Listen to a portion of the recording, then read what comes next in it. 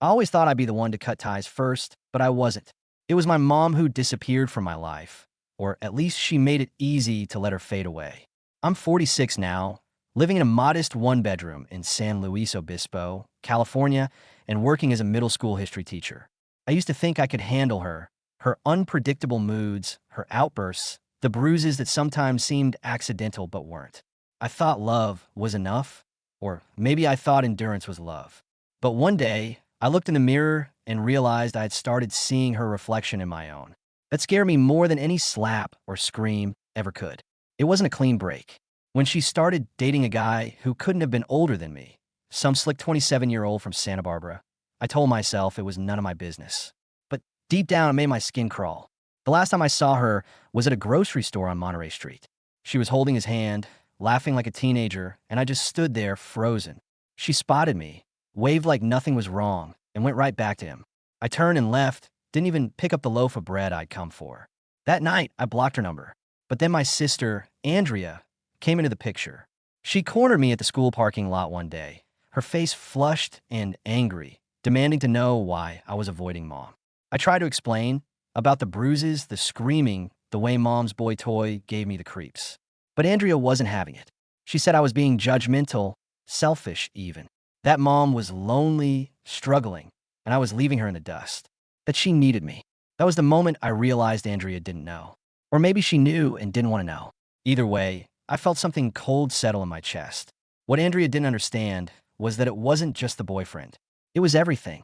The years of manipulation, the way Mom would turn any conversation into a guilt trip, the way she'd remind me how much she'd sacrificed to raise us. The nights she'd scream at Dad until he'd leave the house, then turn to me, her favorite verbal punching bag. The morning she'd act like nothing happened, offer me pancakes, and ask why I looked so down. But Andrea didn't see that. All she saw was a son turning his back on his mother, a brother who couldn't be bothered to help. And I couldn't tell her everything. Not yet. Maybe not ever. There's no tidy way to say, she hurt me, and I still love her. And that's what makes it so hard. Here's the twist. A week after Andrea's confrontation, I got a call from the local hospital. Mom had overdosed, pills and cheap wine, a combination that almost killed her. But it wasn't her first attempt. They found older records, things she'd hidden from all of us. And the boyfriend? He was gone. Took off with her car and her debit card while she was unconscious. So now I'm here, staring at the hospital's number on my phone, knowing they're waiting for me to decide if I'll come see her. Knowing I'm the only one who can make that choice because Andrea hasn't returned their calls. And I don't know if I can. I sat there on the couch, phone buzzing in my hand, staring at the number from the hospital like it was a snake ready to bite. I didn't answer. Not then, not that day. I let it ring itself out, watched the screen go black, and felt the weight of it settle into the pit of my stomach. I figured they'd call back, or maybe they'd leave a message. But they didn't. And for a moment, I wondered if maybe she was gone. For the next 2 days, I didn't sleep right. Every time I closed my eyes, I saw her face, pale and drawn, the way she looked that day in the grocery store. I heard Andrea's voice, sharp with frustration, echoing in my head. I even caught myself standing at the door once, keys in hand, halfway to the car before I forced myself to turn back. But then I checked my voicemail. There was one message, left late that first night. A woman's voice, soft but exhausted, explaining that my mom had stabilized but was asking for me. Asking for me by name. Not Andrea, not the boyfriend, not anyone else. Just me. That was the twist of the knife. Because for all the distance I'd put between us, for all the walls I thought I'd built, she still reached for me when she was at her lowest. And it was so typical of her to push everyone away, to lash out, to drive me to the brink, and then call for me when she had no one else left. I didn't sleep that night. I sat on the floor of my apartment, knees drawn up, staring at the ceiling. At some point, I realized I was crying quiet, bitter tears I didn't even know I still had in me. It wasn't grief exactly. It was exhaustion. Years of playing the responsible son, the peacemaker, the one who always picked up the pieces. And now I was left with a choice I didn't want to make. If I went to her, I'd be dragged back into the same old cycle. The apologies, the promises to change, the temporary calm before the next storm. But if I didn't, I knew I'd carry the guilt for the rest of my life. Around dawn, I made a decision. I texted Andrea, told her where Mom was, told her she needed to step up because I couldn't do it this time. And when she called me back, panicked, blaming me, crying, I didn't answer. For the first time in my life, I put myself first. The silence after I ignored Andrea's calls was almost too loud. I expected her to come banging on my door, or at least leave a string of angry texts. But she didn't. Maybe she realized I wasn't bluffing this time. Maybe she finally understood that I wasn't going to be the one to rush in and clean up the mess. By the third day, the hospital called again. This time it wasn't the quiet, tired voice from before. It was a man, professional and brisk, informing me that my mom was being discharged but didn't have a safe place to go. They tried to contact Andrea, but she wasn't answering. They were legally required to release her, but it was clear the social worker on the line was hoping I'd step in. I sat there, listening, feeling my jaw clench. The hospital might as well have been saying, "It's your mess now." And the thing was, I wanted to scream that it wasn't, that I wasn't responsible. But the weight of that guilt, the years of being her safety net, of picking up the broken pieces, pressed down on me hard. I asked the social worker to give me a minute. I sat at my tiny kitchen table, staring at the unopened mail, the empty coffee mug from earlier that morning. And I thought about it, about the years I'd spent putting my own life on hold because I felt responsible for her, about the way she'd always found a way to make me feel like I owed her something, about the fact that even now, after everything, I still cared. In the end, I told them I'd come get her. When I pulled up to the hospital, she was already waiting outside in a wheelchair, her head down, her hair stringy and unwashed.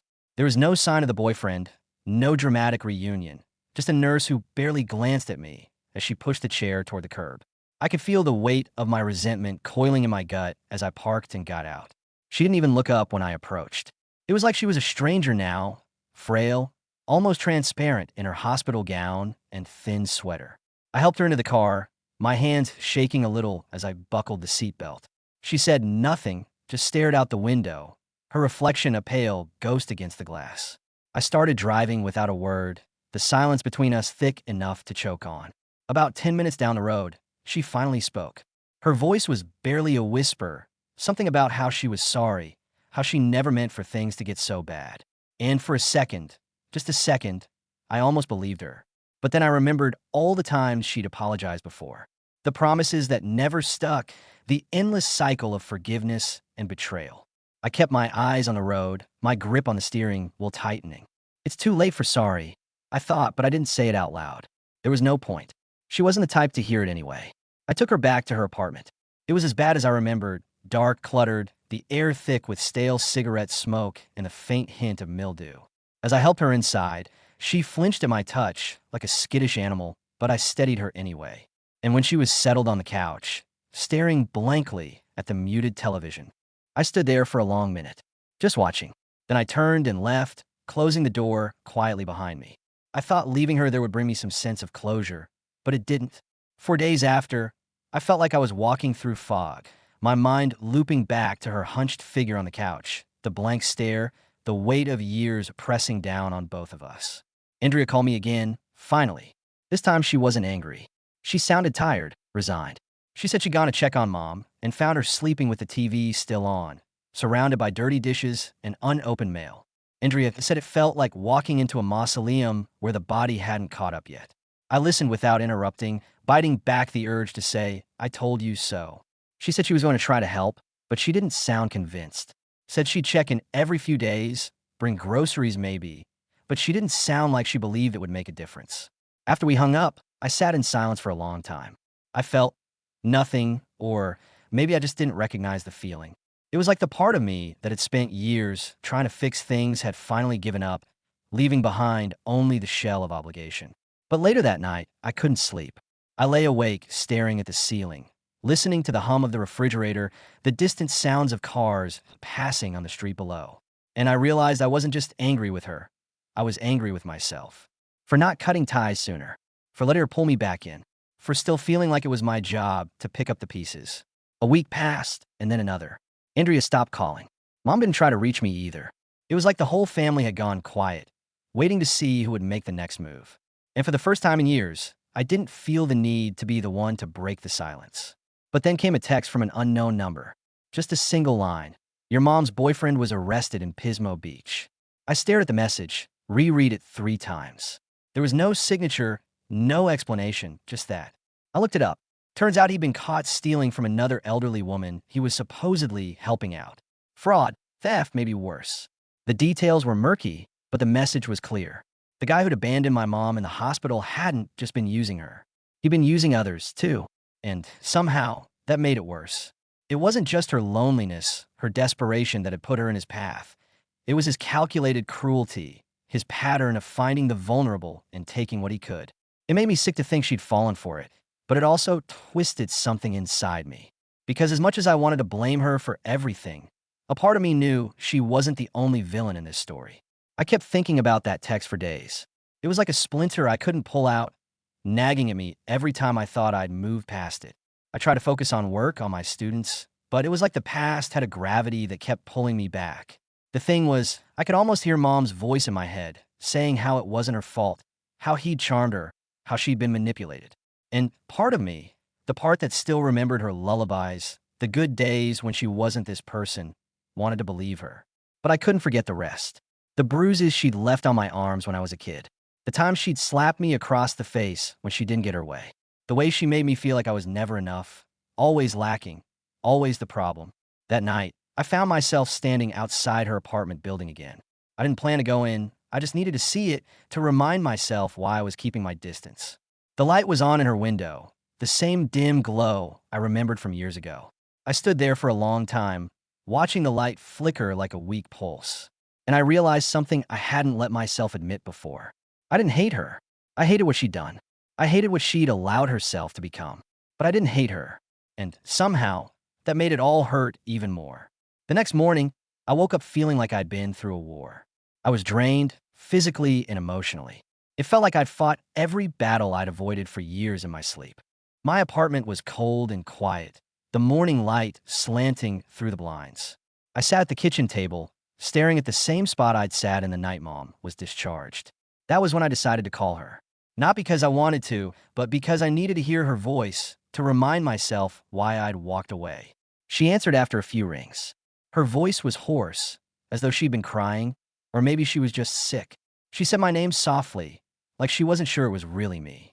I told her I'd heard about the boyfriend's arrest. She didn't deny it, didn't try to explain, just said she didn't know where else to turn. That he'd taken everything from her car, her money, her dignity. For a moment, I almost felt sorry for her. But then I remembered the years of feeling like her second choice, the weight of being the one who always had to pick up after her messes. I told her quietly that I hoped she got the help she needed, but that it wasn't going to be for me this time. After that call with Mom, I felt a strange, fleeting lightness, like I'd finally laid down a weight I hadn't realized I'd been carrying for years. It was a moment where the air felt a little less thick, where the silence in my apartment seemed less like a tomb and more like a reprieve. But that lightness didn't last. By the next morning, guilt settled back in, colder, heavier than before. It wasn't the guilt of a single decision, of turning my back on her when she called from the hospital or when she sat alone on her couch. No, this was the guilt that had been with me all my life. The guilt of being born into a family that made love transactional, of being the son who always felt like he owed his mother everything, even when she gave him nothing but hurt in return. I spent the rest of the week pretending to function. I showed up to work, graded papers, answered emails. I even laughed at a student's joke about the founding fathers, but it felt hollow, like I was wearing someone else's skin. I'd go through my day, but every quiet moment brought me back to that apartment, back to the dark living room, the stale cigarette smoke, the sound of her voice breaking on the phone. It wasn't sympathy I felt. It wasn't love. It was this knotted mess of obligation, frustration, and grief, all twisted together so tightly I couldn't tell one from the other anymore. On Wednesday night, Andrea called. Her voice was different this time. Smaller, thinner, almost like a child asking for permission to be upset. She said Mom had been calling her nonstop, crying, begging her to come over. She said Mom was saying she couldn't handle being alone, that she needed her. Andrea sounded so tired, so beaten down by the weight of it all, but she was still going. She told me she couldn't leave Mom alone, that it was her duty as family. I wanted to yell. I wanted to shake her through the phone and tell her she was stepping into the same trap I'd finally managed to escape.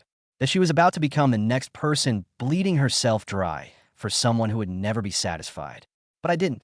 I just sat there, listening as she talked herself into taking on the role of savior, the role I'd finally set down. When we hung up, I sat in the dark for a long time. My apartment was eerily quiet. The only sound the faint hum of the refrigerator and the occasional creak of the building settling around me. I thought about Andrea's voice, how she sounded like me a year ago, or 5, or 10.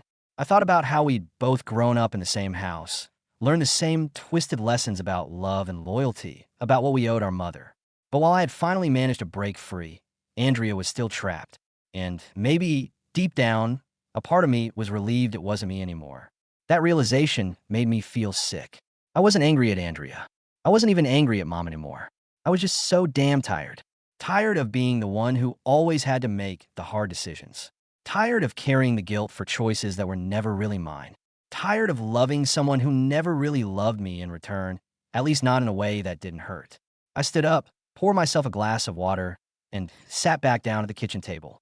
I stared at my phone for a long time, half expecting Andrea to call again, or for Mom to find a new number to reach me. But there was nothing, just silence, heavy and suffocating, pressing in from every corner of the apartment.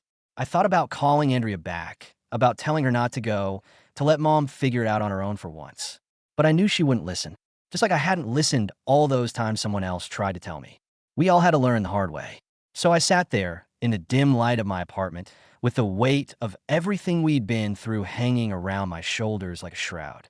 And for the first time in my life, I let myself feel the quiet not as a burden, but as a choice. I wasn't going to save her this time. I thought that realization would bring me some peace, but it didn't. The days stretched into weeks, and the silence between me, Andrea, and Mom deepened into something heavy and immovable. Work became a blur, each day bleeding into the next with the same hollow conversations and forced smiles. I found myself checking my phone less and less, almost afraid of what I might find.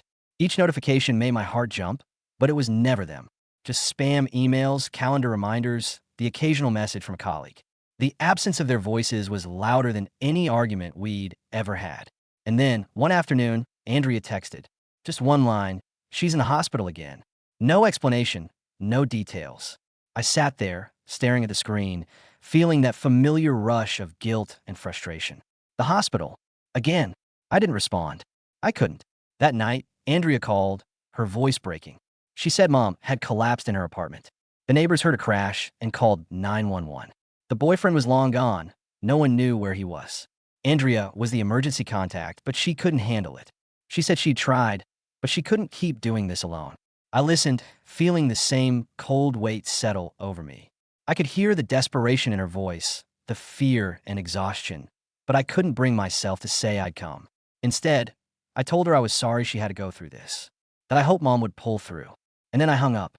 For a long time, I sat in the dark, my phone still in my hand, feeling like the worst son in the world. But I didn't move. I couldn't. It's strange how quiet the world gets when you finally stop trying to fix everything. In the weeks after Mom's second hospital visit, I let the silence stretch. I didn't call Andrea. I didn't answer when she called. I didn't check for texts or emails. I didn't visit the hospital. It was like I was holding my breath, waiting for the final collapse. I went to work, came home, made dinner, and went to bed, but nothing felt real. It was like I was watching someone else's life from the outside. Even when I caught my reflection in the bathroom mirror, I felt like I was looking at a stranger, a man who looked too tired, too hollow to be himself. Then one morning, I got a call from the hospital. This time it wasn't a social worker or a nurse. It was a doctor. His voice was steady, professional. He said my mother had passed in the early hours of the morning. Natural causes, he said, but I knew there was nothing natural about it. Years of stress, loneliness, bad choices, they'd all led her to this. I thanked him. I don't know why. It felt like the polite thing to do, though there was nothing polite about any of it. After I hung up, I sat down on the floor back against the wall and stared at the ceiling. I didn't cry. Not right away. But later that night, I found myself sitting in the dark, listening to the hum of the refrigerator and the distant cars passing outside, and it hit me. The grief wasn't clean or sharp. It was a slow, sinking weight that settled over me like a heavy blanket. And the worst part was that it didn't feel like losing her. It felt like losing the chance to ever fix what was broken. And that was enough.